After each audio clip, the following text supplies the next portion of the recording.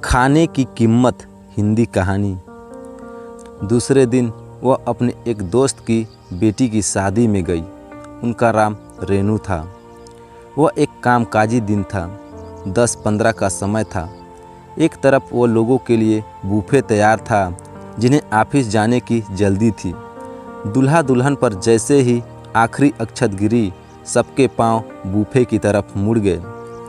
देखते ही देखते लंबी लाइन लग गई। लाइन ख़त्म होने का इंतज़ार करती हुई मैं मौसी के पास खड़ी हो गई, जो बर्तन बटोर रही थी।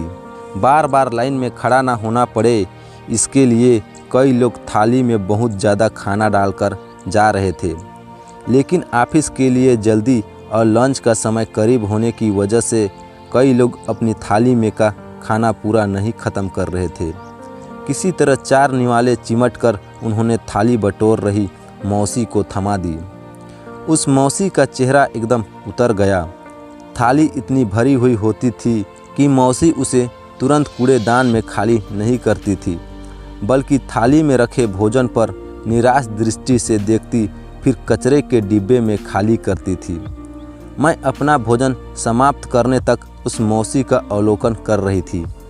धीरे धीरे अपना खाना खत्म किया और अपनी थाली मौसी के हाथ में थमा दी। थाली पूरी तरह से खाली देखकर मौसी के चेहरे पर संतोष झलक रहा था।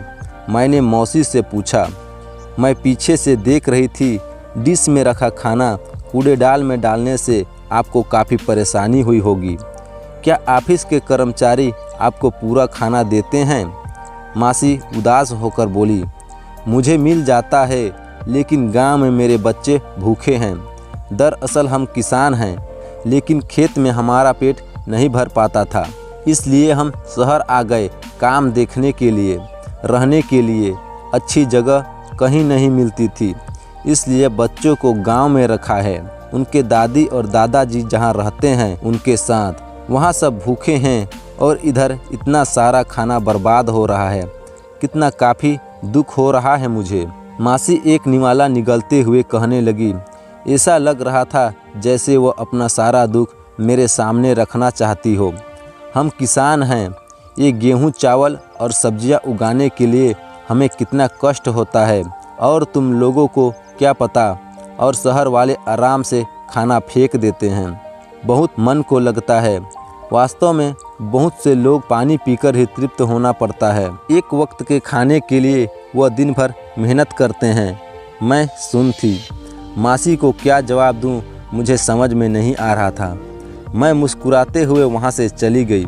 जी, मेरा नाम अनु है, पूरा नाम अन्नपूर्णा, और ये कहानी मैंने आपको सुनाई है।